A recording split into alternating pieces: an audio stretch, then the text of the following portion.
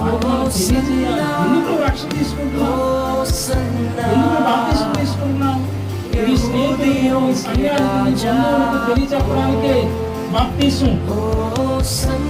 యేసు ప్రభువా ఇదిగో నేను ఈ విధంగా చేశాను కాబట్టి మీరు కూడా ఈ విధంగా చేయండి. ఒక మాదిరి బాప్తిసం అంటే ఏమో ప్రభు చూపించారు. ఆ విధంగానే మన సేవకులు బాప్తిసం ఇస్తూ ఉంటారు.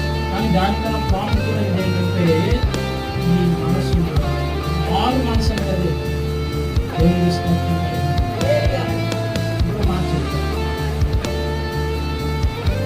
ఈ బాప్తిసం తీసుకుంటే ఎవరైనా గాయపడతావు, ఎవరైనా బాధ పెట్టావు, ఎవరైతే నెప్పించావు, క్షమాపణ